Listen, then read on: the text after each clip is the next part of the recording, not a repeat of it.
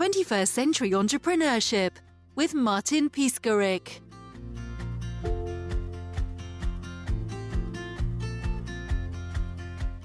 To build my business, I asked, what if I could build a business via word of mouth, which meant and no deceptive advertising? Could you build a word of mouth business in the modern day?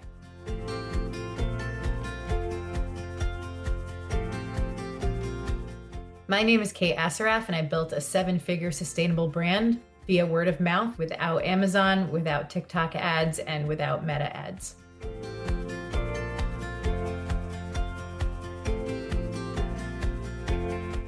You don't need to build a mission-driven business. You really don't need to put all of your hard-earned money into channels that really have no regard for whether you succeed or not.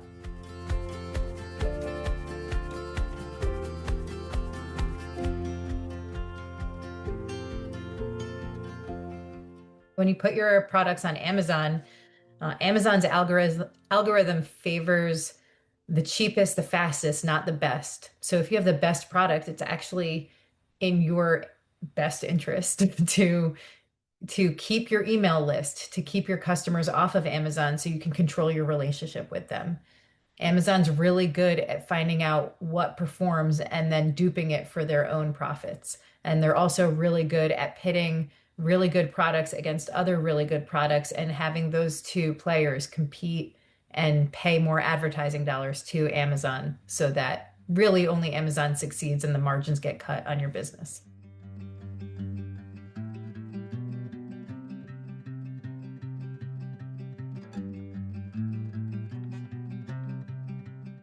Independent retailers, they are really special to the American dream and the American economy. I know sometimes people think of shopping small and shopping local as a finger-waggling kind of advice to give to them. But really, when you think about it, when you keep your money circulating in your own town where you live, your money pays then for your taxes, it pays for your fire departments, it pays for your libraries, it pays for your teachers in your town. All of these things are really, really important to making your local economy work. And if you don't have your local economy, then what do you have? You have kind of this phantom macro economy that is just made of giant players like, big box, Amazon, and then you go outside of the US with TikTok and Temu.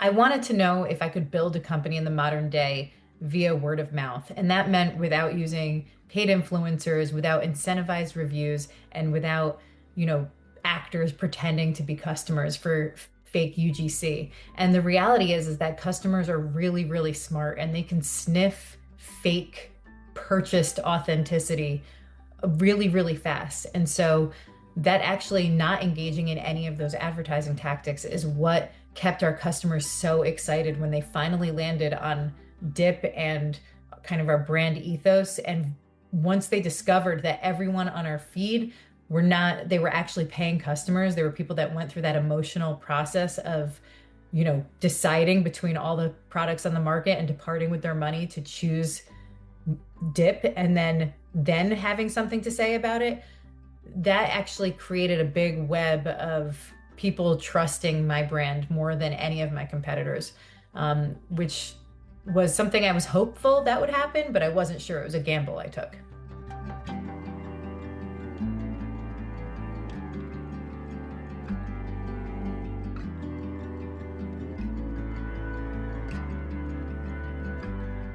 So I chose to build my company with communities over algorithms because I think that face-to-face or human connection that we lost so much of during the pandemic and the few years leading up to it, I think it changed commerce in such a drastic way so that companies got worse and so did customers when we took away that face-to-face interaction. So I wanted to build this brand with community in mind. And what that really meant was making sure was very selective about where we sold it and very selective about how we spent our marketing dollars. Would we send it to somewhere like Meta to run ads, or would we send it actually to invest in the retailers that do deal with their customers face to face? And for me, the choice was simple.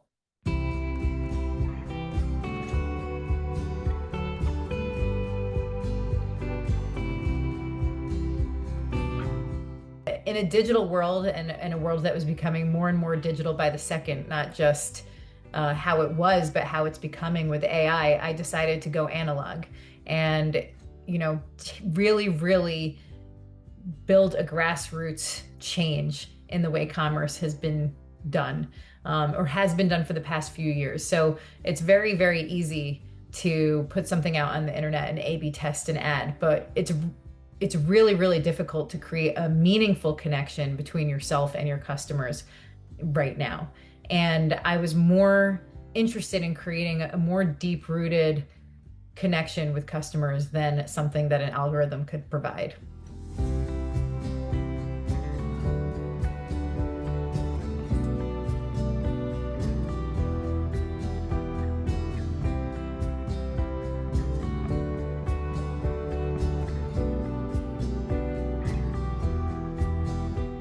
When you build something different, eventually the media starts to take notice. And when you start to build something in a different way than you see traditionally being built, people start to take notice. And as an entrepreneur, I was shocked to find that I won Mompreneur of the Year in 2024 in New Jersey. And then, Forbes started to take notice. Then we won Best Curly Hair Shampoo through Oprah. And all of these were things that I didn't really set out to win, but people started to notice. And when you start to build something as an entrepreneur that is a little different and a little against the grain, people start to notice and they start to watch.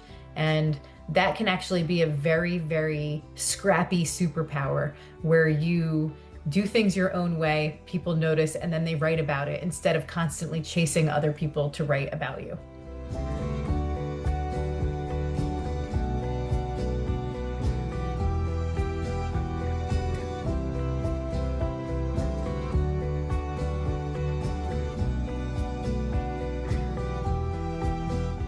The first thing you need mindset-wise as an entrepreneur is you need to really love talking about whatever it is you serve or sell. It's the number one thing. I chose hair on purpose because I could look at and talk about hair all day long. And then sustainability just happens to be kind of this extra piece of the puzzle that people know that I care about, but they know that first and foremost, I care about making really great stuff for hair.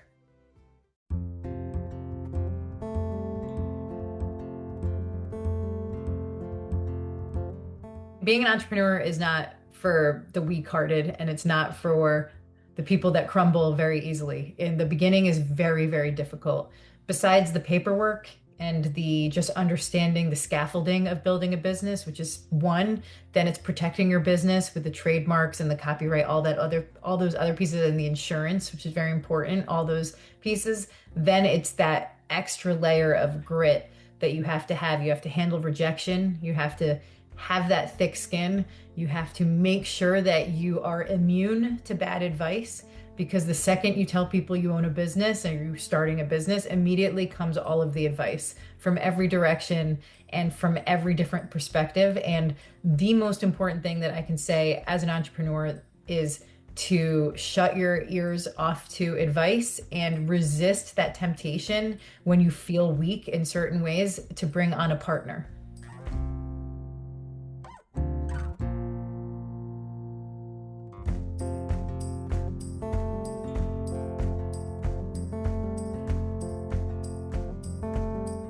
Sometimes when I mention that I have a sustainable brand, I get eye rolls from the listener. And I think that's a big, sharp change from where it's been in the past few years. People used to be really excited about sustainability. And now I understand that they are not excited anymore. They feel disenchanted. They feel like they can't do enough, or they feel like they've invested in sustainability and have been kind of burned or disappointed by the product offerings. And I find all of that is very fair. But this new level of sustainable products are out there that have survived the past 5 years are the ones that are great. They're the ones that really have survived all of the customer testimonials and really, really moved the mark on, shifting the mindset. And, sustainability isn't just about products and it isn't just about garbage. It's about building a business where you pay people fairly and you take care of the world around you. And that means not just the physical world, it's that economic world.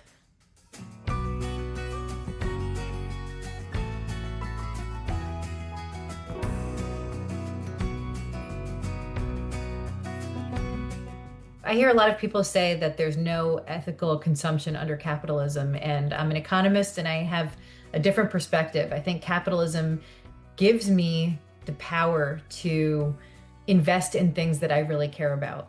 And the things that I care about are the oceans. So we've donated $50,000 to Surfrider. I care about trans rights. So I've donated to those organizations. I care about getting women who can't afford to get pre-screened for breast cancer. I donate to organizations that take care of that for them. I donate to facilities that protect people that have come out of prison and need a place to be before they go back out into the world. I've also donated to help the Great Lakes and fund education in the Great Lakes. This is like the most beautiful part of owning a company, and it is like the most exciting part of my job. Internally at my company, we call it Operation Big Check, and we like the idea of writing big checks to things that our customers believe in as well as ourselves.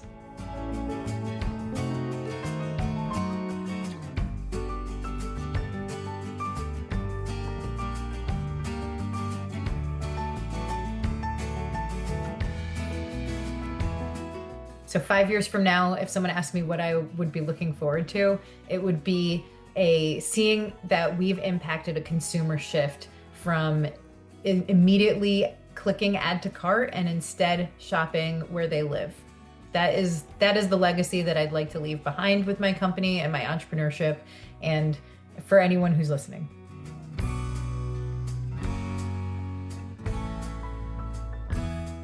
If any of this has resonated with you, or if you're interested in learning more, you can contact me directly as Kate Assaraf on LinkedIn, or you can go to dipalready.com, and I suggest you go to the store locator and find the place closest to you. You can ask about me or my company via any of your independent stores close to you, or you can go on Instagram or TikTok and it's @dipalready.